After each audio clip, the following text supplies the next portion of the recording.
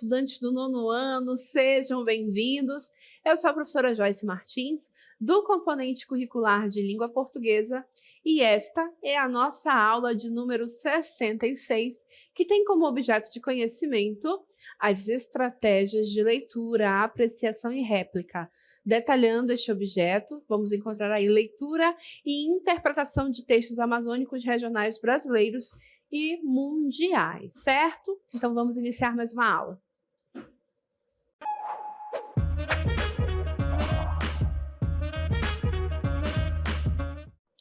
Nós vamos iniciar esta aula fazendo uma reflexão.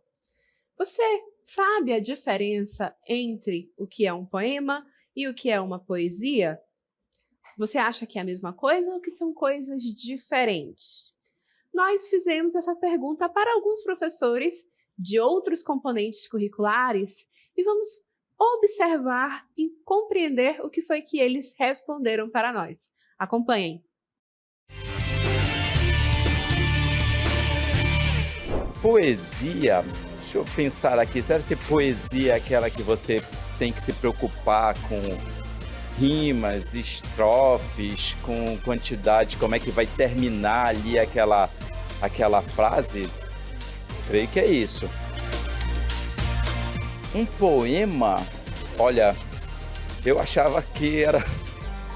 que é a mesma coisa, eu não sei, não é poesia? Também não sei o que é um poema, não sei definir o que é um poema. Para mim é um texto que tem rima. Eu achei que era a mesma coisa, poesia e poema. Sinceramente, sou professora de química, então eu imaginei que os dois eram sinônimos. A poesia é algo mais amplo, é uma estrutura mais ampla, onde existe uma ressignificação da coisa, né? Então, por exemplo, eu posso olhar algo e perceber uma poesia naquilo, no todo, né? O poema, por exemplo, ele já diferencia. Por quê? Porque o poema é algo mais estrutural, não é isso? Você pode ter rima ou não, vai em prosa, vai verso, essas coisas todas aí, entendeu? Mais ou menos isso.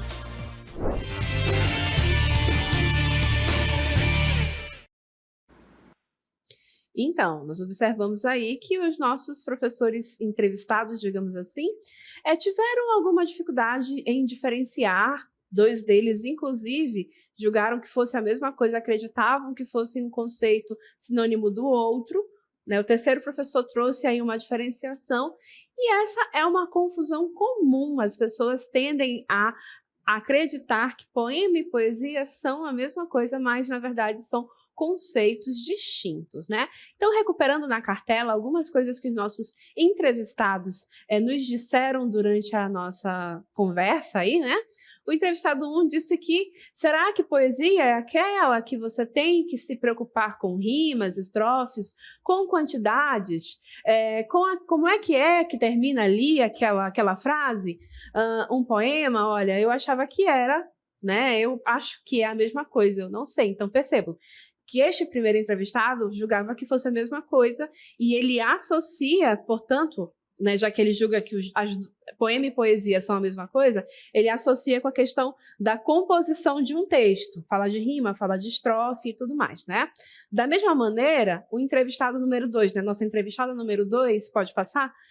Ela também associou as duas coisas como sinônimas e associou com a questão de uma composição textual, né? Então, para mim, é um texto que tem rima. E aí eu achei que era a mesma coisa, poesia e poema. Sinceramente, eu imaginei que os dois eram sinônimos. Então, vejam que a maioria das pessoas crê exatamente nisso, que as duas coisas, né, são sinônimas e que se associam com uma forma de composição textual. E, por fim, o terceiro entrevistado conseguiu traçar uma distinção, uma diferenciação, quando ele disse que a poesia é algo mais amplo, é uma estrutura mais ampla, onde existe uma ressignificação da coisa. Bem filosófico, né? Porque é o professor de filosofia, né? Então, por exemplo, eu posso olhar algo e perceber uma poesia naquilo. E aí, nessa parte final da fala dele, nós encontramos um conceito de poesia bem interessante, né? E aí depois ele fala do poema. O poema, por exemplo, já diferencia, né? Já é algo mais estrutural, não é isso? Você pode ter rima ou não, vai prosa, vai verso, essas coisas todas aí.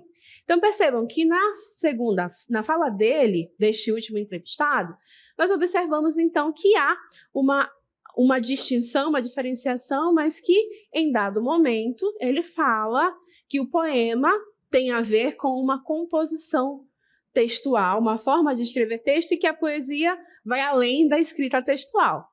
Já asseguro a vocês desde já que o caminho para a compreensão destes dois conceitos é este, certo? Mas para a gente chegar, então, no conceito do que é poema, convido vocês a fazerem um percurso comigo. Então, vamos lá? Aqui ao meu lado, vocês vão visualizar um objeto. Este objeto é um vaso que era uma forma de composição artística própria dos gregos. É, portanto, um vaso grego. Ora, civilizações antigas têm aí a sua forma de composição, de artefatos e tudo mais. Os indígenas da região amazônica têm também os seus artefatos. Mas observem que é um objeto que nós podemos observar, descrever, verificar as suas características e, quem sabe, registrar isso na forma da escrita.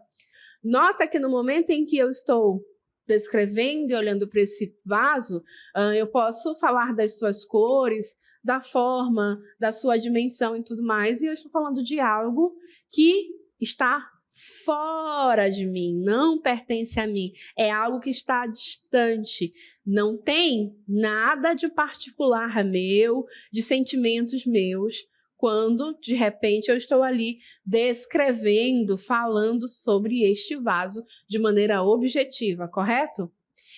É exatamente o que um poeta fez. Ele escreveu um poema chamado Vaso Grego.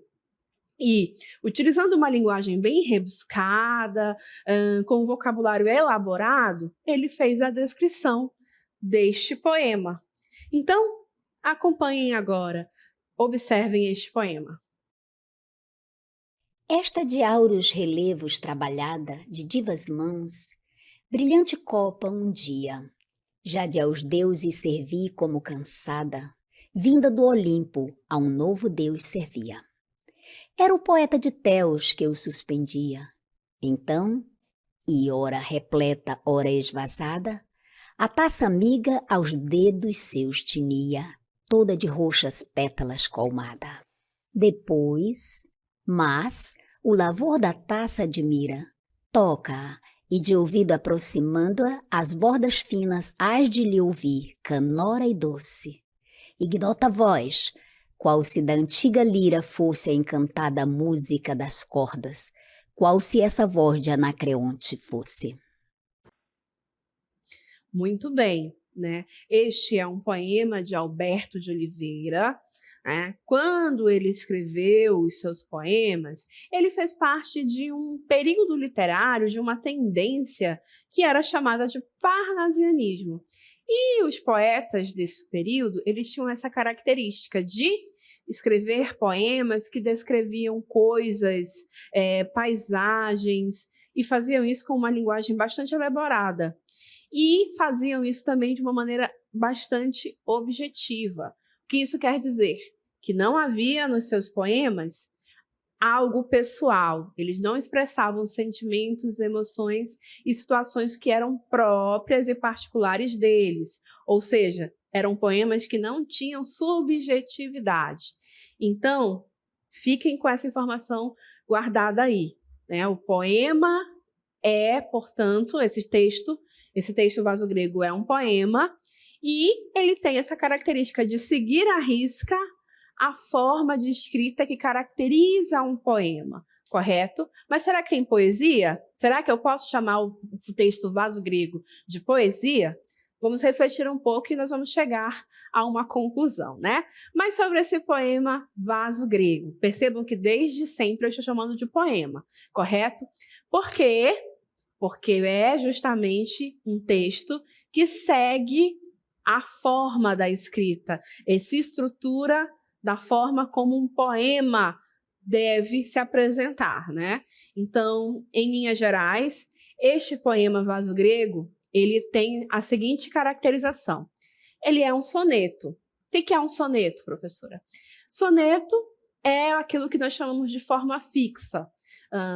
Alguns poemas, muitos poemas, na verdade, se apresentam nessa forma do soneto, que basicamente é um poema que possui 14 versos. Só lembrando o que é o verso. O verso é cada linha de um poema, tá bom? E, em caso específico desse soneto que nós apresentamos aí, ele vai ter os seus versos organizados em 2 quartetos e 2 tercetos. O que é o quarteto? Quarteto é quando a estrofe, né, é um conjunto de versos, a estrofe tem 4 versos. E terceto é quando a estrofe tem 3 versos, tá bom? Então, no caso deste poema Vaso Grego, ele tem essa forma, ele se apresenta nessa forma, na forma de versos estruturados e organizados em 2 quartetos e 2 tercetos, tá bom? Além disso, né, para a gente observar que, de fato, é um texto, é um poema que se preocupa com a forma como ele é escrito, ele tem uma composição especial. Cada verso apresenta 10 sílabas poéticas. Então, na próxima tela eu vou explicar para vocês o que é a sílaba poética. Olha, a sílaba poética, ela não é caracterizada da forma como a silabação normal que a gente aprende na escola desde que nós começamos a ler e a escrever, correto? A sílaba poética leva em consideração justamente a forma como nós pronunciamos ou declamamos esse poema. Então, por exemplo, quando declamamos esse poema, em vez de dizermos esta de áureos, né, relevos, trabalhada, eu não vou separar a sílaba da forma tradicional, eu vou considerar o impulso da minha voz na hora da leitura. Porque quando eu digo esta de áureos, eu junto a pronúncia desta vogal com a pronúncia dessas outras vogais e digo de áureos. Então, tudo isso, na verdade, será uma única sílaba poética, tá, gente? E nesse processo de contar as minhas sílabas poéticas, quando eu chegar na última sílaba lá do verso, eu conto apenas até a sílaba tônica da última palavra. Então, tudo que fica depois da sílaba tônica da última palavra, eu desconsidero. Então, a palavra trabalhada, eu conto apenas até lhá, que é onde está a sílaba tônica. Então, essa explicação rápida aqui, já que não é uma aula explicando como deve ser feita a separação de sílabas poéticas, é para demonstrar para vocês a preocupação deste poeta ao escrever este poema sobre o vaso grego. Notem que cada um dos versos, né, que é cada uma dessas linhas, possui as 10 sílabas poéticas, né? Então, há uma preocupação com a forma. Ora, isso aqui é trabalhoso de fazer. E ele se dedicou a fazer isso de modo que cada um dos versos tivesse essa mesma quantidade de sílabas poéticas. E é assim no poema inteiro, tá, gente? Eu separei aqui apenas um dos quartetos, mas o poema inteiro é assim. E, além disso, indo mais além um pouco, olha só que interessante.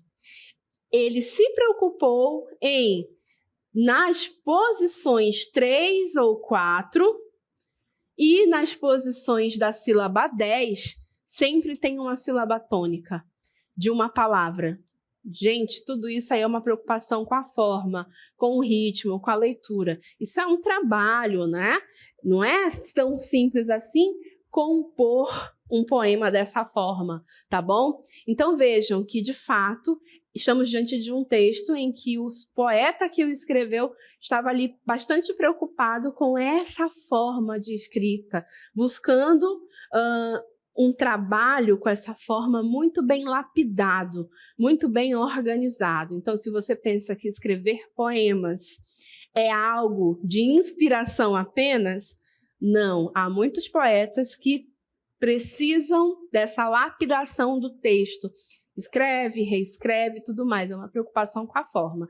E só uma observação que eu acabei trazendo na minha fala, mas para ficar registrado, né? Os destaques em azul que eu acabei de mostrar para vocês indicam justamente a posição de sílabas tônicas. Note que existe um padrão. Então eu vou pedir para retornar na cartela anterior, tem um padrão aí, né?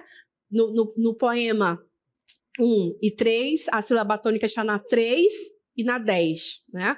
As outras palavras têm também sílaba tônica, mas existe esse padrão. E nos poemas 2 e 4, a sílaba tônica a gente encontra na posição 4 e na posição 10. Então isso realmente mostra uma preocupação com a forma como esse poema foi escrito, e isso dá ritmo à leitura também, tá, gente? Não é só, porque é bonitinho, porque é difícil, não.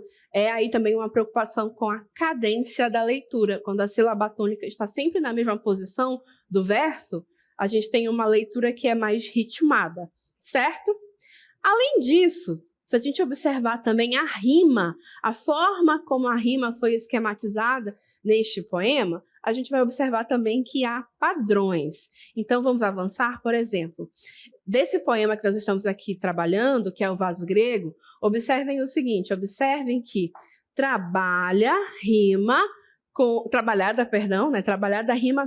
cansada, que rima com envasada, que rima com colmada. Percebam, então, que temos aí essa preocupação em posicionar as palavras que rimam, né, ao final de cada verso, nos dando esse esquema. Da mesma forma, dia rima com servia, que rima com suspendia, que rima com tinia. Então, de novo, temos esquema, correto? E aí, seguindo o restante do poema, admira vai rimar com lira. Bordas vai rimar com cordas. E doce vai rimar com fosse. Percebam aí, então, que nada é à toa, tudo é intencional neste nosso poema Vaso Grego, e há uma preocupação com a forma de escrever muito clara, que é uma característica dos poetas que escreveram nesse mesmo período do nosso poeta que escreveu o Vaso Grego, correto? Então, para finalizar a conversa sobre este poema Vaso Grego, na cartela, acompanhe o seguinte. O poema apresenta uma técnica de descrição do objeto vaso grego. Desde o início da aula, né, nós estamos aqui enfatizando que a descrição é algo que vai, né, eu estou descrevendo algo que está distante de mim.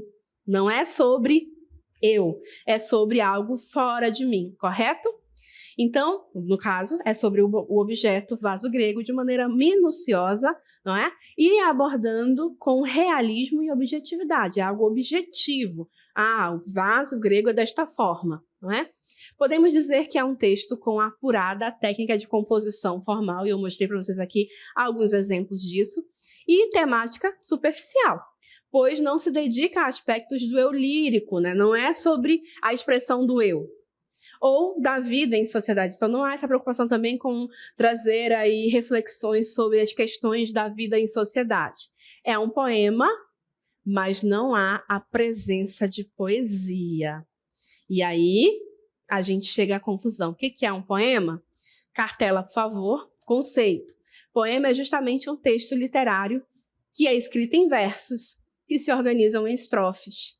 Pode ou não conter rima, porque a gente vai ver que poemas modernos não se preocupam tanto com essa questão da rima, tá? Mas, em geral, poemas apresentam rimas. Portanto, poema é, portanto, uma forma, uma estrutura. Então, quando a gente fala de poema, sempre será a forma de escrever, tá? A gente já estudou aqui tantos outros gêneros textuais, a gente vê que a notícia tem uma maneira de escrever notícia, tem uma maneira de escrever artigo científico, tem uma maneira de estruturar uma charge. Ora, poema é, então, essa maneira de escrever, essa forma de escrever, que tem ali os versos organizados em estrofes, em que há a presença de rimas na maioria das vezes, em que há essa questão do ritmo, da cadência da leitura. Tudo isso é característica de uma forma de escrever. Mas, conforme eu deixei claro ali no nosso conceito, ou melhor, na hora em que estávamos concluindo a fala sobre o poema Vaso Grego, nós dissemos que não possui poesia. Por que que não possui poesia? Vamos ao nosso conceito. Olhem só. Poesia, coloca no ar, por favor, é a expressão artística por meio do uso criativo da linguagem, tá? A palavra deriva do grego poiesis, que significa ato de criar, criação. Há poesia não apenas em textos escritos, não apenas em poemas, tá? Há poesia, de repente, em um quadro artístico, em uma fotografia que foi registrada, em uma música pode haver poesia, porque nós associamos a questão da poesia com a questão da expressão do belo, mas em especial aquilo que vai expressar questões particulares, questões subjetivas, a expressão do eu lírico, correto? Então, pode ter poesia em um poema, mas pode não ter. Quando a gente disse que o poema Vaso Grego está ali apenas descrevendo o vaso, algo que está distante do eu lírico, ora, não tem expressão do eu ali, não tem poesia. Mas há muitos poemas que possuem, sim, poesia, que tem essa preocupação com expressar o eu ou com expressar a dinâmica do eu na sociedade, as problemáticas disso, não é? E nesse processo, expressar coisas belas, correto? Então, agora a gente vai observar um poema que tem sim poesia, porque acima de tudo vai trazer expressões aí, os sentimentos e as questões do eu lírico, correto? Então, acompanhem. De tudo ao meu amor serei atento. Antes, e com tal zelo, e sempre, e tanto, que mesmo em face do maior encanto, dele se encante mais meu pensamento. Quero vivê-lo em cada vão momento, e em seu louvor hei de espalhar meu canto, e rir meu riso, e derramar meu pranto, ao seu pesar ou ao seu contentamento. E assim, quando mais tarde me procure, quem sabe a morte, angústia de quem vive, quem sabe a solidão, fim de quem ama, eu possa me dizer do amor que tive, que não seja imortal, posto que é chama, mas que seja infinito enquanto dure. Então, trouxemos aí o Soneto de Fidelidade, escrito por Vinícius de Moraes, que escreveu vastamente, tem uma produção literária bem significativa, escrevendo inclusive também peças teatrais, e ele é carinhosamente conhecido entre os poetas como Poetinha, né? Ou Poeta do Amor, porque ele escreveu muitos textos através do qual ele expressava aí o sentimento amoroso, né? O próprio título do poema, deste poema, é Soneto de Fidelidade, não é? Então, o título já denuncia, estamos novamente diante de um soneto, e agora está no título, né? E aí vocês já sabem, né, o que é um soneto. Cartela no ar, vamos lá. É o poema de 14 versos. E notem que também neste poema, a organização desses 14 versos também se dá da maneira clássica, mais utilizada, que é os 2 quartetos e os 2 tercetos. Então, isso novamente vai me mostrar que também nesse poema nós temos aí uma preocupação com a expressão, com a forma como o texto está escrito, tá bom? Também neste soneto, neste poema, nós vamos ter versos que têm as 10 sílabas poéticas, assim como a gente viu no Vaso Grego. Então, avançando, olhem aí, então, quando ele diz, de tudo ao meu amor serei atento, notem ali, neste primeiro verso, que há justamente essa junção, né, na hora da pronúncia, tudo ao, né? Então, temos essa forma de divisão, né, textual, que é a que a gente chama de sílaba poética, que leva em consideração a forma como o soneto é declamado. Notem que a gente, na última palavra, perdão, nós vamos apenas até a sílaba poética, né? Então, atento, contém apenas até o tem, porque é ali a sílaba poética da palavra, a sílaba tônica da palavra, na verdade. Então, também vai ser um poema que tem essa questão aí, de preocupar-se com a expressão formal. Todos os versos são também de 10 sílabas. Há um nome especial para isso, é o verso decassílabo que nós chamamos, né? E também o esquema de rimas tem aí uma forma especial. Coloca na tela, por favor. Então, por exemplo, atento vai rimar, vamos lá, avançando aqui, atento vai rimar com pensamento, que vai rimar, né, ali o momento com contentamento. E tanto rima com encanto, canto rima com pranto. É um esquema diferente em relação ao que a gente viu no primeiro poema, mas é um esquema que mostra uma preocupação com a organização das rimas. Aí, procure rima com dure, vive rima com tive e ama rima com chama. Então, percebam que também, pelo esquema de rimas que esse poema apresenta, eu posso, mais uma vez, observar que nesse soneto de fidelidade há, sim, uma preocupação com a maneira como este poema foi escrito, porque, sim, é um poema, trata-se de um poema, tá? E aí, trazendo aí mais algumas informações sobre este poema, Soneto de Fidelidade, podemos dizer que é o poema de amor mais consagrado de Vinícius de Moraes. Ele tem mais alguns, mas esse é certamente o mais citado. Inclusive, a partir desse, há algumas músicas que foram escritas e que foram famosas, viraram sucesso, né, tendo por base a ideia desse soneto. E, ao contrário da maior parte dos poemas de amor, né, que prometem um amor eterno, o eu lírico da maioria dos poemas de amor fala em um amor eterno que vai durar a vida toda. Nestes versos do soneto de fidelidade, encontramos uma promessa de entrega que é total e absoluta, mas apenas enquanto o sentimento durar. Então, é diferente justamente porque é um soneto que fala do sentimento amoroso, mas que compreende que esse sentimento pode encontrar uma finitude, que não vai ser algo que vai ser eterno, enquanto você viver, você vai amar. Não. Então, é um poema que, de certa forma, traz aí essa ideia de que é possível que você tenha um sentimento amoroso que tenha início e fim, e que por isso mesmo você possa vivenciar esse sentimento mais de uma vez ao longo da sua vida. Então, é uma forma diferente de encarar algo que há muito tempo é explorado pelos poetas, né? Que é o sentimento amoroso, correto? Então, percebam que já é uma forma diferente de expressar, né? E, além disso, está, assim, expressando algo que é particular deste eu lírico. Então, é diferente do primeiro poema, que no primeiro poema nós vimos que estava tratando e abordando algo que estava distante, fora do eu lírico. Aqui não, é o sentimento amoroso expresso por esse eu lírico. Ainda na cartela, podemos dizer que é uma composição também com apurada técnica de composição formal e temática aprofundada, que não é superficial como no primeiro, aqui é aprofundada, pois se dedica a aspectos, a sentimentos que são próprios da expressão do eu lírico. E aí esse segundo poema, aí nós podemos dizer, é um poema com a presença de poesia.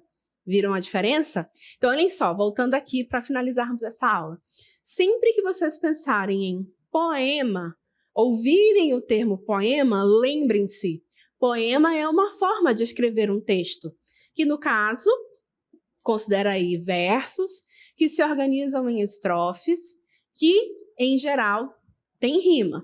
É uma forma de escrever um texto, assim como a notícia é uma forma de escrever, e assim por diante. E justamente por ser um texto que circula socialmente, vai ter aí um objetivo. Em geral, o objetivo do poema é justamente esse processo aí da expressão da linguagem, né? De buscar uma expressão artística por meio da linguagem, porque vocês viram que dá trabalho, né? Nos dois exemplos que nós observamos aí, vimos que há uma atividade trabalhosa para conseguir compor um poema, certo?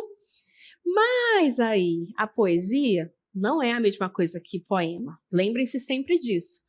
E a poesia pode estar em diferentes formas de expressão, em uma música, em uma paisagem que foi fotografada, né? A fotografia tem poesia, ou uma pintura pode ter poesia, e também alguns poemas podem ter poesia também.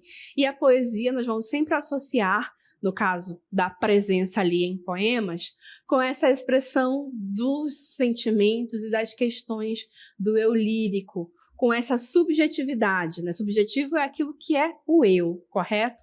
Essa subjetividade e essa busca por expressar as coisas de uma maneira diferente e bela, como foi o caso aí que nós observamos desse nosso poema aí, o soneto de fidelidade, que fala do amor, do sentimento amoroso, de uma forma que até então não era comum de expressar sobre o amor, este sentimento que pode ser que tenha uma finitude, certo? Então, assim, nós finalizamos essa aula na qual refletimos sobre esse conceito de poema e poesia e fizemos também a leitura de alguns textos.